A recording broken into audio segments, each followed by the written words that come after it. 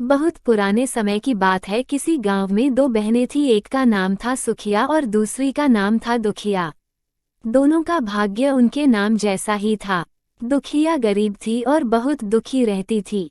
सुखिया अमीर थी और हमेशा सुखी रहती थी। दोनों एक ही गांव में रहती थी। दुखिया सुखिया के घर में काम करती थी, साफ सफाई करती थी, खाना बनाती थी और जो खाना बच जाता था वह खाना सुखिया दुखिया को दे देती थी।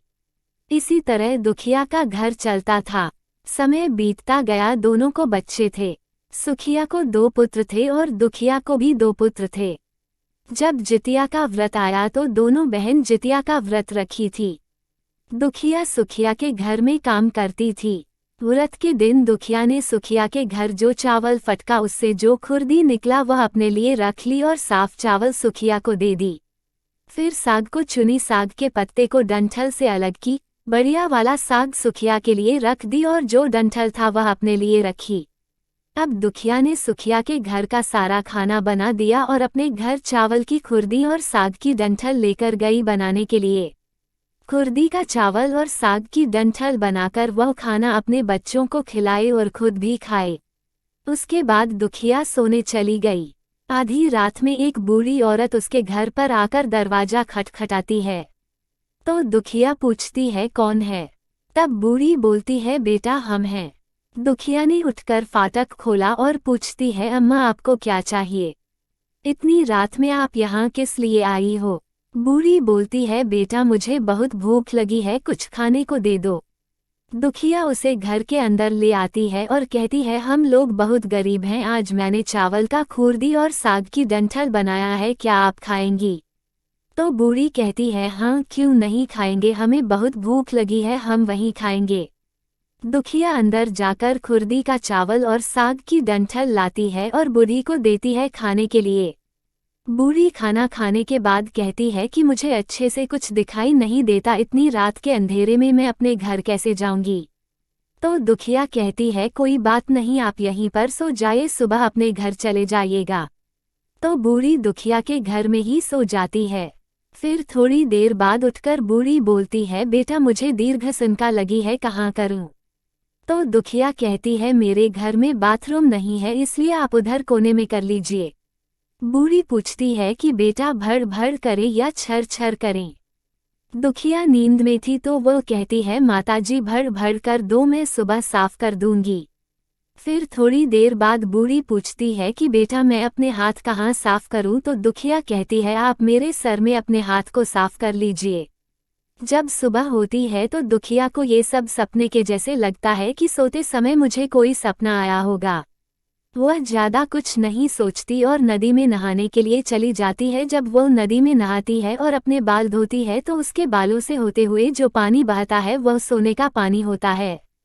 आसपास की सभी महिलाएं ये देखकर चकित हो जाती हैं और कहती है कि तुम्हारे बालों से तो सोने का पानी गिर रहा है, क्या बात है? फिर उसे रात की सारी बात याद आती है। वह दौड़कर अपने घर की ओर भागती है, ये सोचकर कि उसका घर दीर्घ सिनका से गंदा हुआ होगा, पहले उसको साफ करना होगा। जब वह अपने घर में जाती है तो देखती है कि घर के हर कोने में ढेर सारा सोना बिखरा पड़ा होता है। ये सब देखकर दुखिया बहुत खुश हो जाती है और सोचती है कि जीतमान बाबा यानी जिमुतवाहन की कृपा है, ये सब जो माता का रूप धारण करके मेरे घर आए और मुझे इतना आशीर्वाद दिए। अब दुखिया अमीर हो जाती है और सुखिया के घर जाकर काम करना बंद कर देती है।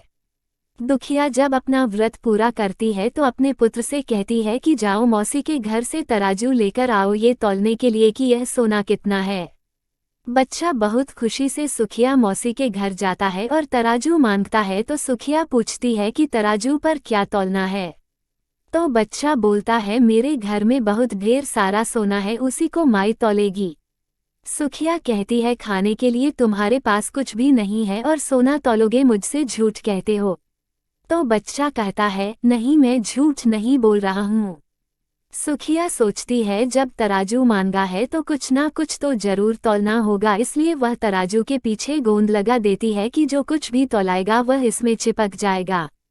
दुखिया जब तराजू पर सोना तौलती है तो कुछ सोना का टुकड़ा उस गोंद के बूंद में चिपक जाता है। जब बच्चा तराजू लौटाने आता है तो सुखिया उसको उलट पुलट कर देखती है तो उसे तराजू में सोना लगा हुआ मिलता है। सुखिया सोचती है उसके घर में जरूर कहीं से सोना आया होगा, इसलिए वह कई दिन से काम पर भी नहीं आ रही है। सुखिया सोचती है कि उसके घर जाकर देखते हैं कि यह सोना कहाँ से आया। जब सुखिया दुखिया के पास जाकर पूछती है कि तुम्हारे पास कहाँ से इतना सोना आया कि तुम तराजू मंगाई तौलने के लिए, तो दुखिया उस रात की सारी कहानी अपनी बहन सुखिया को बताती है। दुखिया का मन एकदम सच्चा था, इसलिए वह सब कुछ बता दी। लेकिन सुखिया के मन में लालच आने लगा कि दुखिया के पास हमसे भी ज्यादा धन आ गया। अब अगले जितिया में मैं भी खुर्दी का चावल और साग की डंठल बनाऊंगी। फिर अगले साल जितिया का व्रत दोनों बहनों ने रखा। सुखिया के पास हर तरह का सुख था और धन भी था, फिर भी वह जितिया के दिन चावल फटक कर साफ चावल फेंक दी और खुर्दी अपने पास रख ली। साग को तोड़कर पत्तियां फेंक दी और डंठल अपने पास रख ली और वही बनाई। खा पीकर पूजा पाठ करके सोने चली गई। फिर आधी रात में उसके घर में भी बुरी औरत आती है और दरवाजा खटखटाती है। सुखिया उसका इंतजार कर रही होती है। वो तुरंत दरवाजा खोलकर बूढ़ी को अपने घर के अंदर ले जाती है। बूढ़ी घर के अंदर आते ही कहती है, बेटी भूख लगी है, मैं कुछ खाऊंगी। तो सुखिया खुर्दी का भात और डंठल की सब्जी परोस देती है। वह खाना खाने लगती है और सुखिया सोने चली जाती है। बूढ़ी बोलती है, मैं घर नहीं जा सकती, मुझे दिखाई नहीं देता। तो सुखिया कहती है, कोई बात नहीं, आप यही सो जाओ। थोड़ी देर बाद बूढ़ी फिर बोलती है कि मुझे दीर्घ सिनका लगी है, कहाँ करूं? तो सुखिया कहती है, वहीं कोने में कर लीजिए। फिर थोड़ी देर बाद बूढ़ी पूछती है कि भड़ भड़ करे या छर छर। इस समय सुखिया को याद नहीं आता है कि दुखिया ने क्या बोला था। तो सुखिया बोली, माँ छर छर कर दीजिए। फिर बूढ़ी पूछती है कि बेटा मैं अपने हाथ कहाँ साफ करूं? सुखिया कहती है, मेरे सर में साफ कर लीजिए। बूढ़ी अपना हाथ सुखिया के सर में साफ कर लेती है। जब सुखिया सुबह उठती है तो उसका पूरा घर गंदगी से भरा पड़ा होता है और उसके बाल में भी बहुत गंदगी लगी होती है। ये सब देखकर सुखिया बहुत दुखी हो जाती है और उसे बहुत गुस्सा भी आता है। वो अपनी बहन दुखिया को बुलाती है और उस पर गुस्सा करती है कि तुमने हमसे झूठ कहा और मेरा पूरा घर गंदा करवा दिया। तो दुखिया पूछती है कि तुमने क्या कहा था, भड़ भड़ या छर छर? तो सुखिया कहती है, मैं तो छर छर बोली। तो दुखिया कहती है, यहीं पर तो तुमने गलती करी और तुम्हारे पास तो सब कुछ था, किसी चीज की कमी नहीं थी, फिर भी तुमने लालच किया। मेरे पास तो कुछ भी नहीं था, तुम्हारे पास तो सब कुछ था। तुम्हारे घर जीतमन बाबा यानी जीमूतवाहन जी भेष बदल कर आए, लेकिन फिर भी तुमने उन्हें अच्छा खाना नहीं परोसा। मेरे पास तो कुछ भी नहीं था, इसलिए मैंने उन्हें खुर्दी का चावल और साग का डंठल परोसा था। तुमने अपने घर आए भगवान का अपमान किया, सब कुछ रहते हुए भी तुमने साग और भात खिलाया। तुम्हारे पास सब कुछ होते हुए भी तुम्हें लालच नहीं करना चाहिए, इसलिए तुम्हारे साथ बुरा हुआ।